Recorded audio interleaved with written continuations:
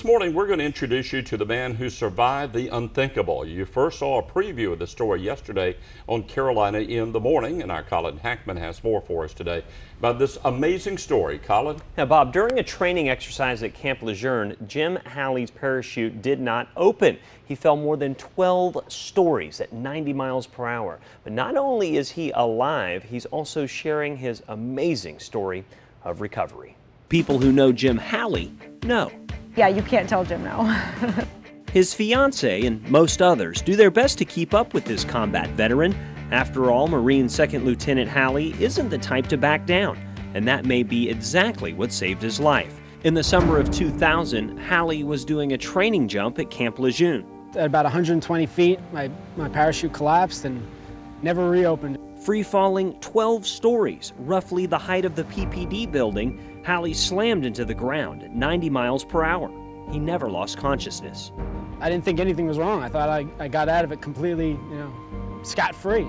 And I tried to move myself, and all of a sudden, pain just rushed over my entire body. They did not think that he would survive. His parents got a phone call from the ambulance on the way to the hospital to say goodbye to him. Sitting in a hospital bed, I had spine surgeons telling me I was never going to run again, that I was going to have trouble walking for the rest of my life.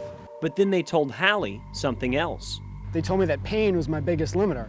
And as soon as I heard that, that's when, the Marine in me, I flipped the Marine switch and decided, well, if pain's my only limiter, then I don't have one. Fighting the excruciating pain that spine surgery, disc fusions, and a ruptured bladder had left him, Halley learned to walk, then run, if for no other reason than to prove that it could be done. My father was a Marine, and he always taught me, if you can do something, do it.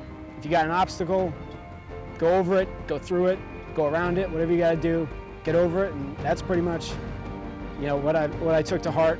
However, Halley discounts his miraculous success, citing the successes he's seen in people who've had it worse than him.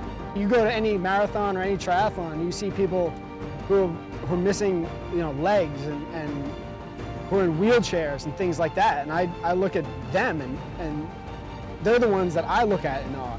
So if going all the way from being told he wouldn't walk to winning his age group in area road races wasn't enough, our already amazing story takes its most amazing turn.